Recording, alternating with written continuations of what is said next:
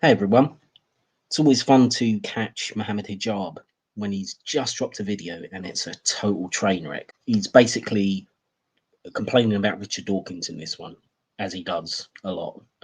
So let's have a look at what he's got to complain about this time.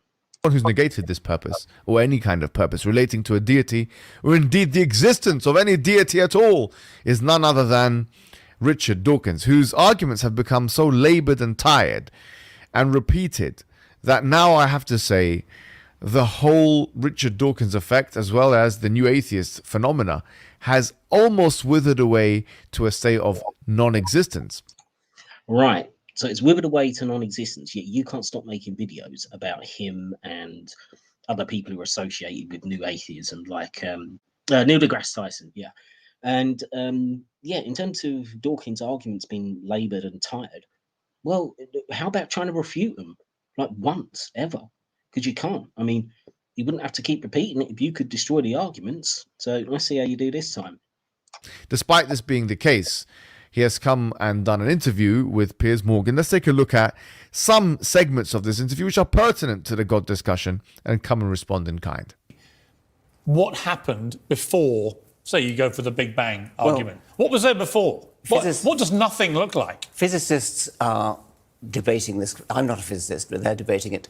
My point is that they don't know, and I don't know, and you don't know, and it doesn't help to postulate a God that did it. But you're certain it's not a God, and yet you admit you don't know. No, I'm certain that it doesn't help to postulate something very complicated at the outset, because what we've got is primeval simplicity, and from that stems everything. You see, the first thing here, there's two aspects which I find quite interesting about this discourse here. First, we've heard this before from Richard Dawkins ad nauseum, okay?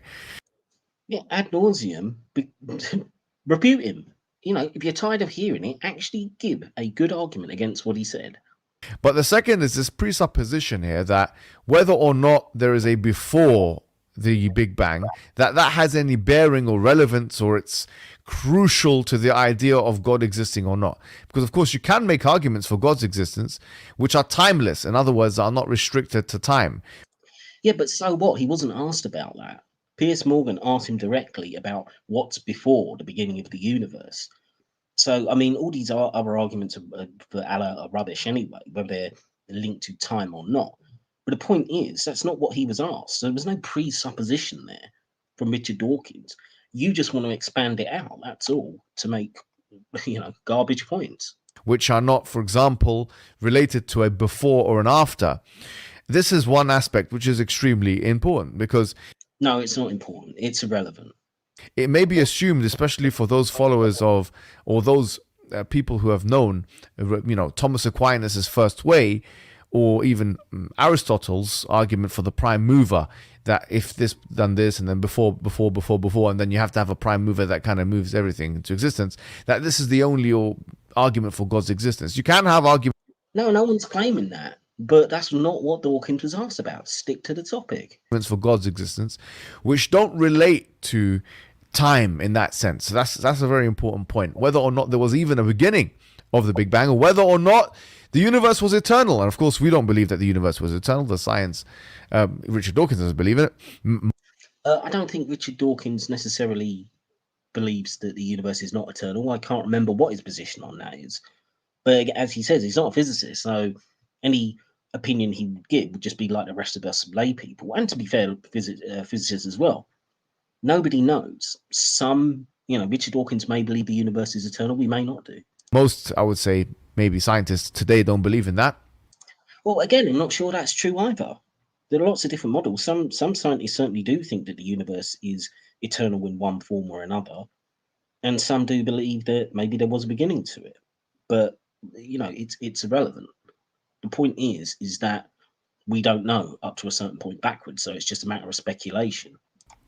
But despite that being the case, it doesn't mean that in order for us to make arguments for God's existence, now we have to have a before the universe existed scenario. This is the first thing, because of course, as he kind of alluded to, but he kind of restricted it to physics. It's not the case, Richard Dawkins mentioned, that this is an argument for physicists. Actually, philosophers have been discussing this as well. Well, it is an argument for physicists if you want to talk about whether the physical universe had a beginning or not. Of course it is. I mean, philosophers and anybody else they like, any other layperson can think about it and theorize about it. But yes, if you want to actually ever get an answer to the question, it's not going to come from philosophy. It will come from physics, assuming it's even possible to do it with physics. Philosophers and physicists have been discussing different theories of time. You got A series, B series, you have dynamic versus static, you have different timed notions, you have quantum fluctuations and yeah, and all these things come out of physics. They don't come out of quantum fluctuations. Is not a product of theologians. And neither is A theory of time, B theory of time, and everything else that you mentioned.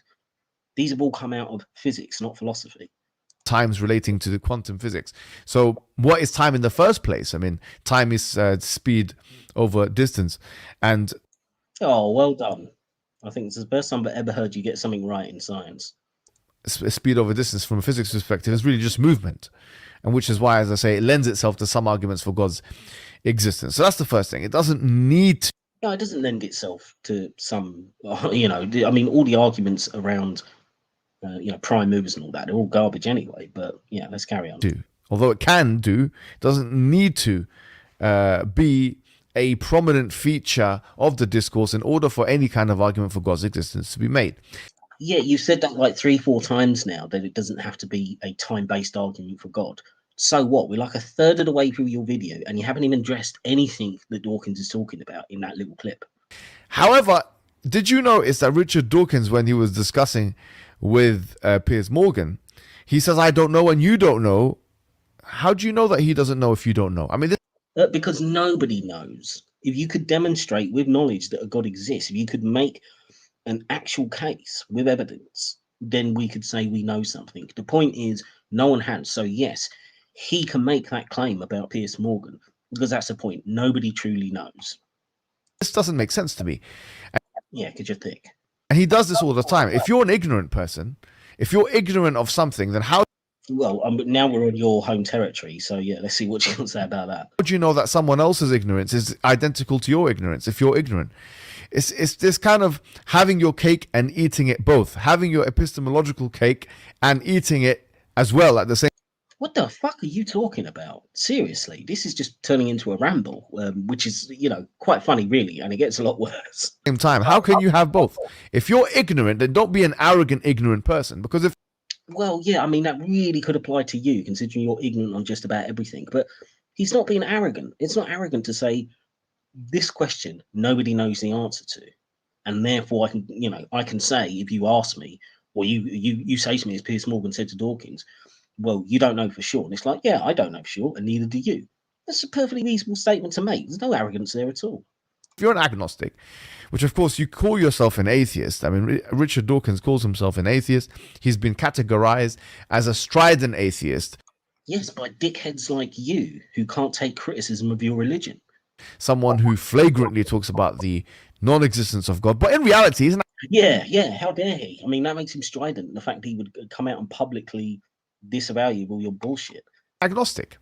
So the most, flagrant atheist, strident atheist, the symbol of atheism, especially in the UK and the West. He's not the symbol of atheism in the UK or the West. It's just you guys are obsessed with him because he's had a significant impact, like a lot of popularizers of science, on young Muslims who are willing to use their thinking, which is why you're all obsessed over him. He's not a symbol of atheism, certainly not to atheists. West is actually agnostic. This is actually interesting. He's saying, I don't know, but you don't know as well. But then if you don't know, how do you know that he doesn't know if you don't know? This... What the hell? I mean, it sounds like a kid in the playground or something. You don't know, I don't know, he don't know. How do you know I don't know? What the hell are you talking about?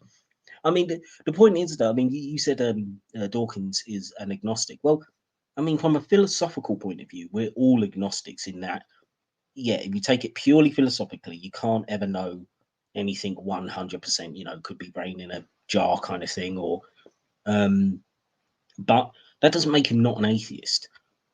Him being an atheist is him saying, I'm not convinced by the evidence for a God. Or he might be stronger in his opinion, that he feels that he might make the active claim that there is no God, rather than responding to the arguments of theists. But yeah, from a purely philosophical point of view, we're all agnostic, whether we claim to know or not. But if it comes to how you describe, your position on your belief, then yes, he's an atheist. Those two things are not in conflict with each other. Doesn't make sense. It's just really, let's call it what it is. It's arrogant ignorance. That's just.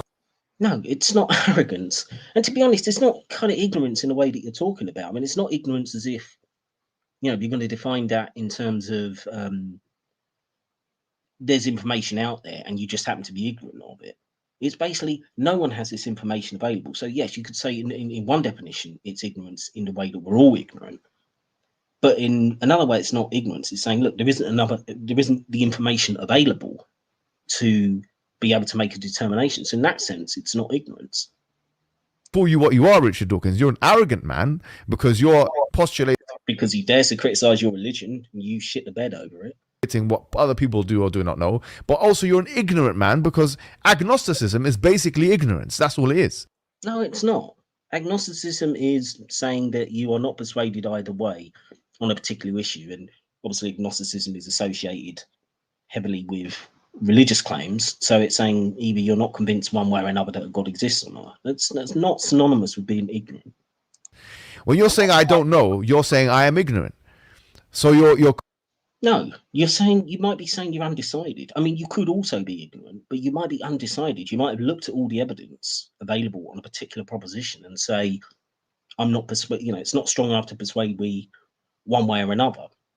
I mean, I personally find that it's not really, I mean, for the God question, I'm skeptical really of a true agnostic position outside of a philosophical sense, because I think, I'd say most people will come down in their belief on the side of kind of theism or atheism. But agnosticism is saying undecided. It doesn't mean ignorant.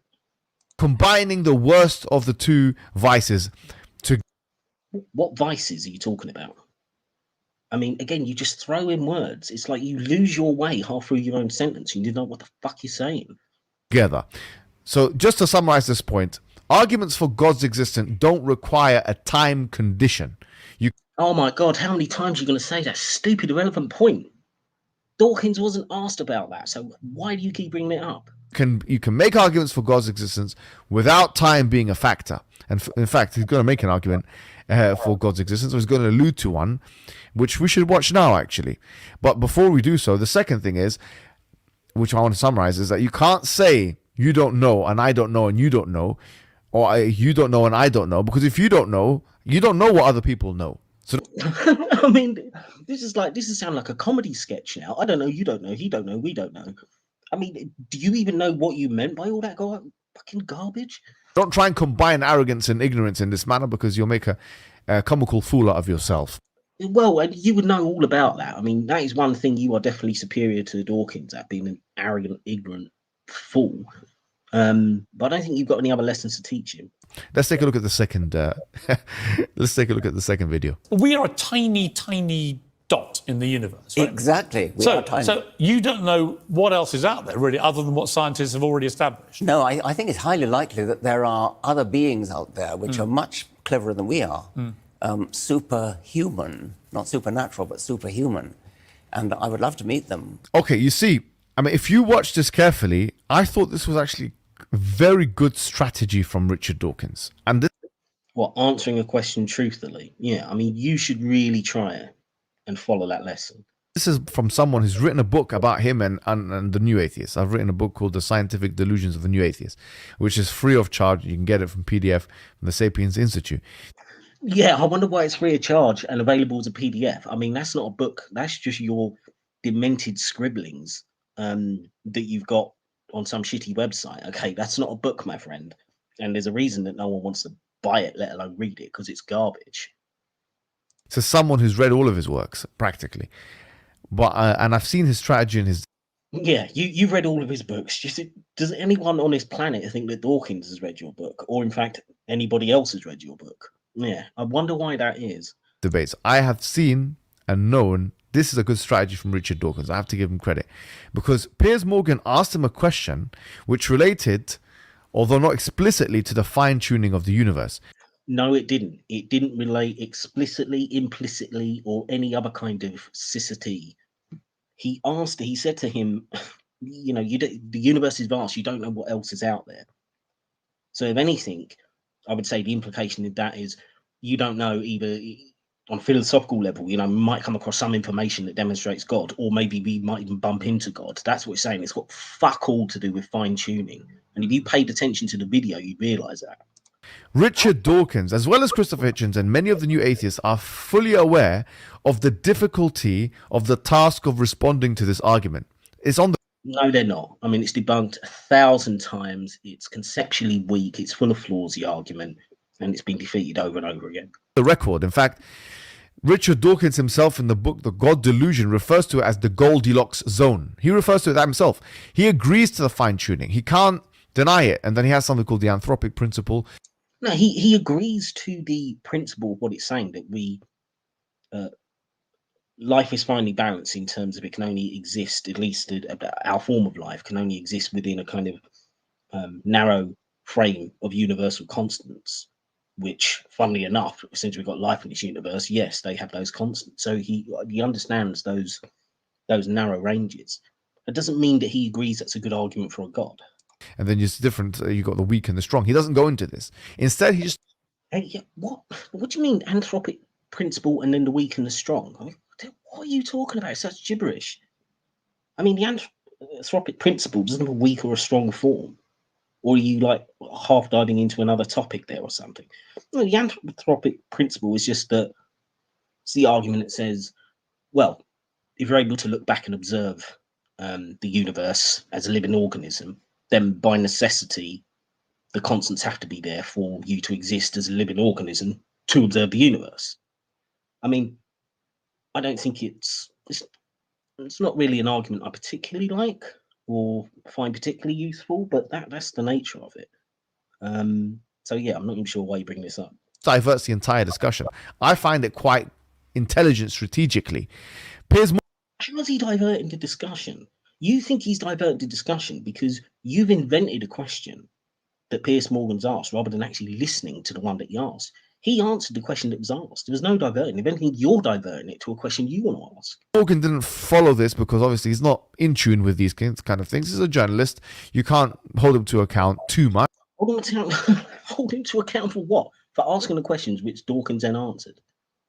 Although he asked the first question, which was, I think, a good question. What is the probability he's asking, right? He didn't ask about the probability of anything. I mean, seriously, did you actually watch this? Or has this just been edited by one of your minions or something? Because you don't even seem to realise the content of the video you're responding to. But let me rephrase the question in a way which maybe the viewers will... Yeah, so basically, this is clickbait, isn't it?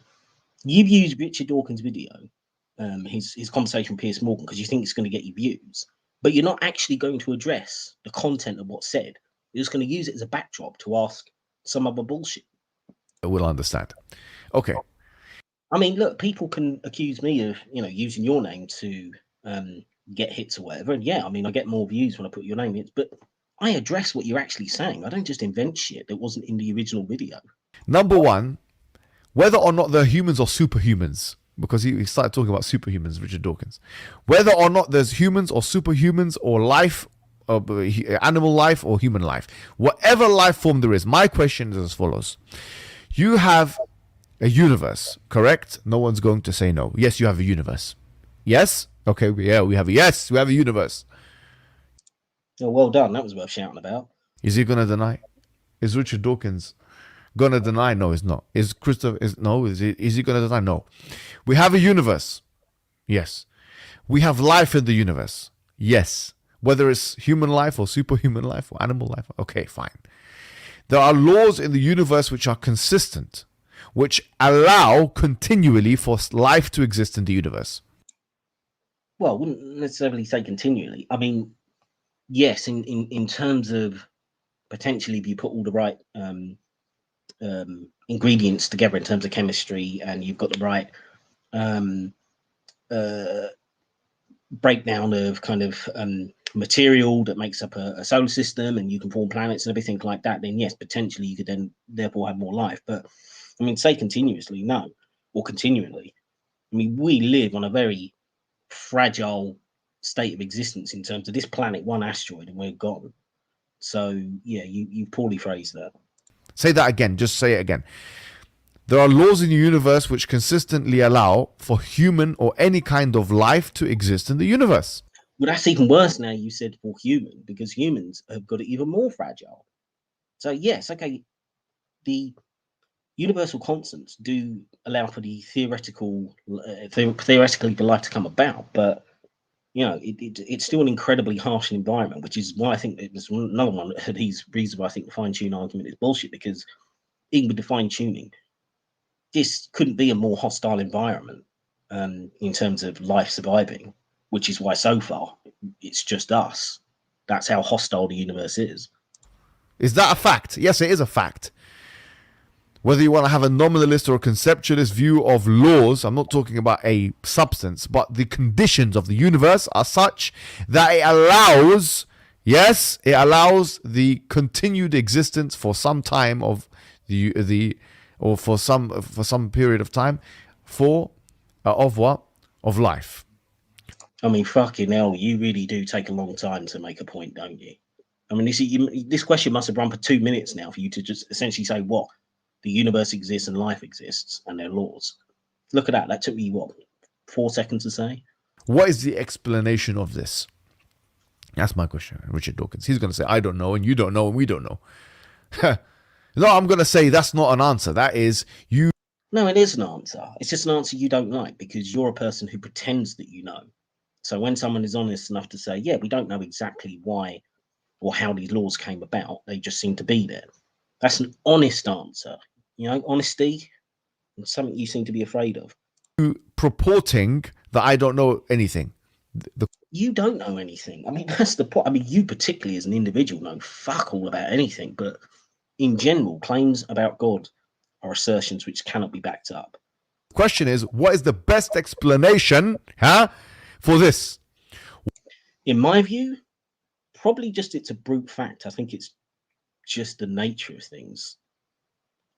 To have something to exist, it has to have some kind of form, and to have a kind of stable universe like this, it has to have stable laws. I think it's just a brute fact, but that's just speculation. I don't know. It certainly makes more sense to me than your fairy tale. What is the best explanation for the fact that the conditions of the universe continually allow life to exist within it? What's the best explanation for that? Well, it certainly ain't Allah farted them into existence. That's all the question I'm asking. Think about it for a second. I'm not going to give you the answer. You're clever enough to think about it. Think about it. Is the best explanation... Like, who is this to? I mean, this is the funny thing as well, isn't it? This is supposed to be Dawkins talking about whether he believes in a God or not. And you're trying to ask cosmological questions or even philosophical questions related to that. But, you know, why is there always this trick amongst, you know, particularly you Darwin types, where it's kind of like, right, if I've got a cosmologist there, I'll ask him about evolutionary biology. If there's an evolutionary biologist there, I'll ask about cosmology. You know, let's always be outside the field of what the expert actually knows. I mean, but even then, I'm sure Dawkins could give a better answer than you know, without being an expert in that field. As I say, I think my answer's better than yours, and I know, you know, bugger all compared to Dawkins. Explanation that it came from nothing, which Piers Morgan correctly identified as something really unintelligible. Nothingness doesn't really, there's no evidence that it exists in the real world in the first place. The absence of something, okay? Yeah, exactly. See, you know, unintentionally, you kind of raise a good point. Conceptually, it may just be a poorly phrased question, because the idea of nothing existing is almost, it's an oxymoron. It's a contradiction. So the principle of nothing means that it doesn't exist. So therefore, I think that, at least in a philosophical sense, for me, it kind of points to the idea that, well, there always must have been something then, because you can't have a nothing. So, I mean, you can easily answer it that way. And again, I'm not saying that's the truth. I'm not saying I know that, but that makes a hell of a lot more sense in my mind. Follows a more rational path than, there's this disembodied brain, disembodied mind without a brain hanging around in what? Not time, not space. Farting out universes. Where did it come from? Randomness? We don't believe in randomness. Randomness. What do you mean come from randomness? Randomness isn't a place. Randomness is the process. Assuming there could be anything, whether it's random or predetermined, that's the process. That's not the place it comes from. I mean, seriously, you really need to hire someone to write better scripts for you. You really shouldn't be doing this off the cuff. I mean, I know I make mistakes. I'm doing this off the cuff. I've got no script, but I know I sound more coherent than you fucking do. It's just your ignorance. You don't understand something. You call it random. That's what randomness is. So where did it come from? Where did these conditions, or how are these conditions so that they allow for the continued existence of life in the universe? That's all. Yeah, well, that's actually a separate question, which we do know the answer. How do these conditions allow for the existence of life? Well, you can break it down, can't you? In terms of how gravity impacts upon matter, etc., which helps form the planets around the stars, which therefore you can have chemistry on, which can lead to the production of life. So, I mean, you've now just changed the question into something that we can actually ask. I mean, Jesus, this is fucking feeble. The question I have. And if you're saying that, well, the best explanation is X, Y, and Z, let's hear it. Let's hear whatever explanation you have. What we're proposing is that laws come from a lawmaker, an intelligent one at that. Yeah, and you've got no basis for that assertion. One with knowledge, one with the ability to change the situation. Because had that not been the case, the situation would not have been changed. It's a fine, simple answer to a very simple question.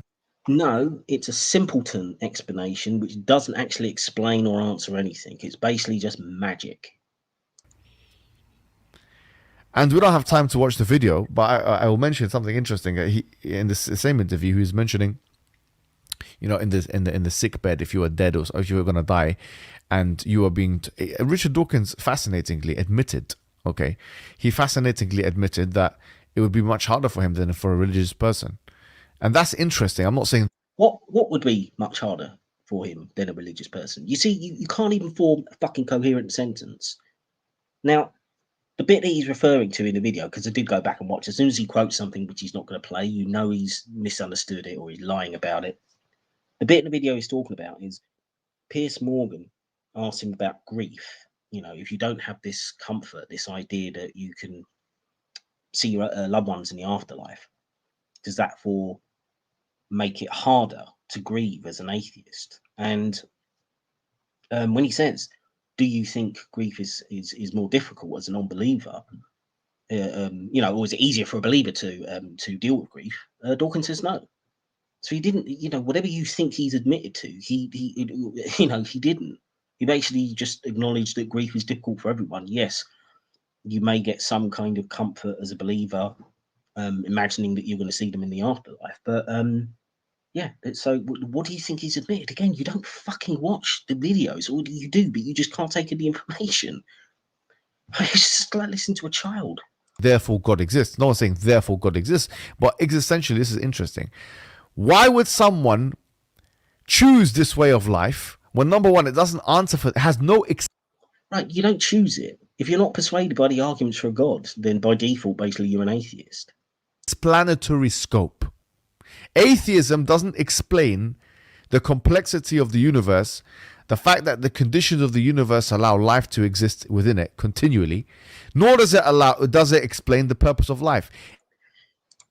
Yeah, and atheism isn't supposed to explain any of those things. Atheism is simply a position on whether a God exists or not. So it's not supposed to explain any of these things. Again, why can you still not understand after all this time? Atheism addresses no other question than that. Is a vacuous nonsense claim that doesn't explain anything, which is... No, it does. It explains why somebody doesn't believe in a God. That's all atheism is talking about. It's not making claims to meaning of life or where we came from.